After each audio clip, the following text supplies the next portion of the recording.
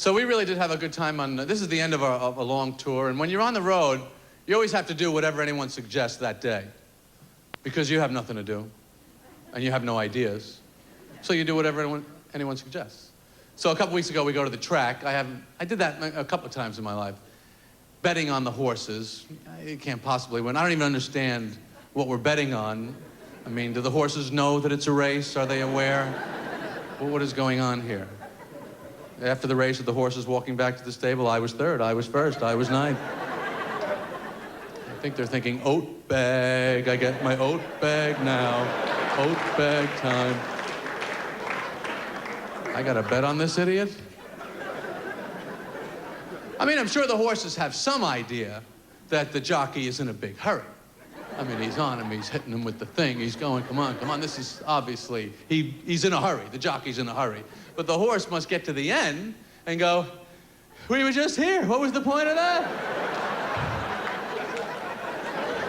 This is where we were. That was the longest possible route you could take. Why didn't we just stay here? We would have been first.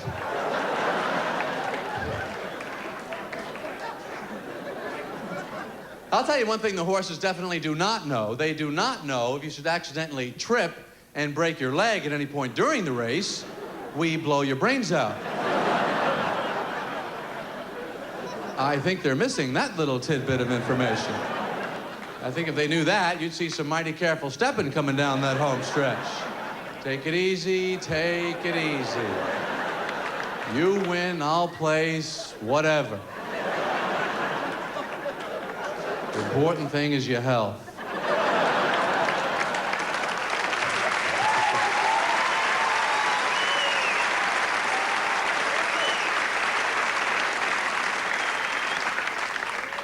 I've gone horseback riding. I can't do that. And they don't give you the really good horses when you're not good at it, I found out. The guy says to me, what level rider would you say that you are? I said, I don't know, 0, nothing, whatever the system is. I can't do it. Is that clear enough for you? I'm going where the horse wants to go. That's my level. Of course, to hear that, they start looking around. All right, is Glue Stick back yet? How about Almost Dead? Why don't you saddle him up?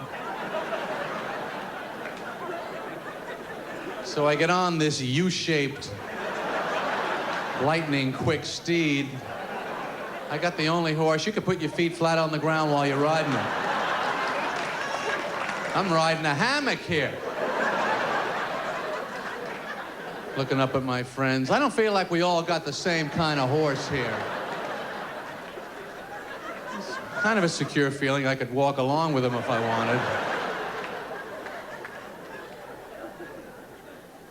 But and the horse wasn't too thrilled with having me either, because I don't know what the hell I'm doing. So he takes control. Going this way, going that way. I'm trying to, come on, come on. And they just stop, you know, and you're, what is it, you know? And they look up at you.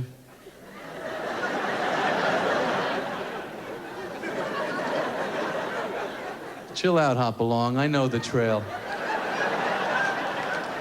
Yeah, I'm here every goddamn day, okay? And I really appreciate the kicking while I'm taking a leak, too. Yeah, thanks a lot. That really improves the already wonderful life that I have. People either sitting on me or kicking me while I'm peeing. I'm living in a paradise here at the ranch. I get out of a car that has 300 horsepower so I can sit on an animal that has 1. Why do we even use the term horsepower? Is that to further humiliate horses?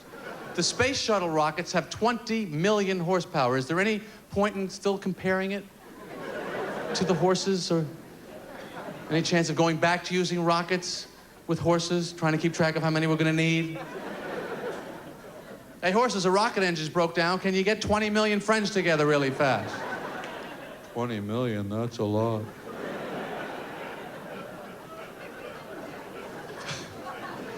They make glue out of horses. I don't know who started that. Who saw that potential? That's pretty amazing to me. What, are you working in a stationery store? A horse walks by? Hey, wait a minute.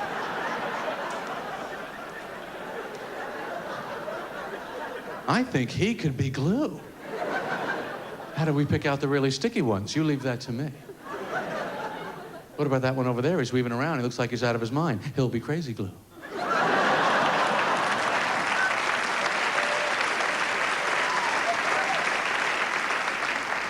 To me, the toughest part of that horse life is that trailer. Why do they make the horse trailer like that? Is that the best way to move a horse out on the highway? With their huge, fat, disgusting rear ends right in my face? Do the horses like it? They're probably standing in the back going, "Do you feel a draft, Bill?" I can't see anything back there, but it's awfully breezy, isn't it? You don't think our huge, fat asses are hanging out the back of this truck, do you? Why the hell would they do that to us? They already ride us around and kick us while we're peeing. Why stick our ass out of a truck?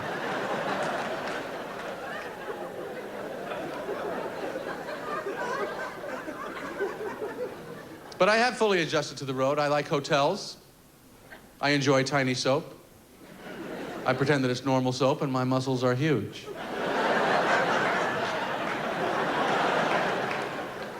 And you can always tell when you're in a fine quality luxury hotel when the TV is bolted to a solid steel beam and welded into the wall.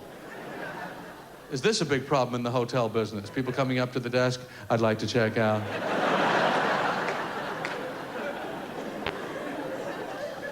The main thing is the bathroom, the shower. That's got to be good. That's why I don't like to stay with people on the road. I don't want to be in other people's showers. I never know how to operate them. You know what I mean? You can never get the ratios right on the dials. Sometimes a 16th of an inch is 1,000 degrees. You got to get out of the way of the water.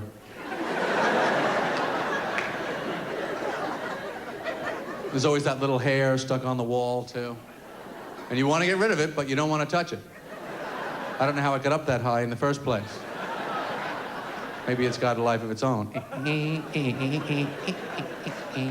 So you got to aim the shower head at the hair.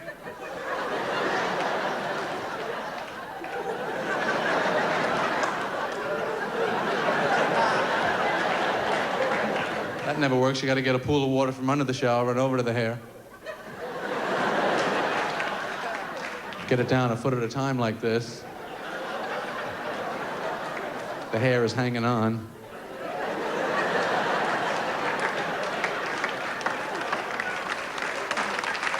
But we have to fight these battles. We're all alone in the bathroom.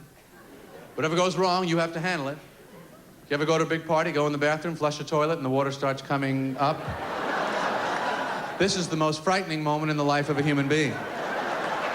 You'll do anything to stop this. You'll lose your mind, start talking to the toilet. "No, please, don't do this to me. No, come on, you know this is not my responsibility. I didn't make this happen. I'll get you the blue thing, the man in the boat. Just let me off the hook this one time." Thank you very much. You've been a wonderful audience. Thank you for coming.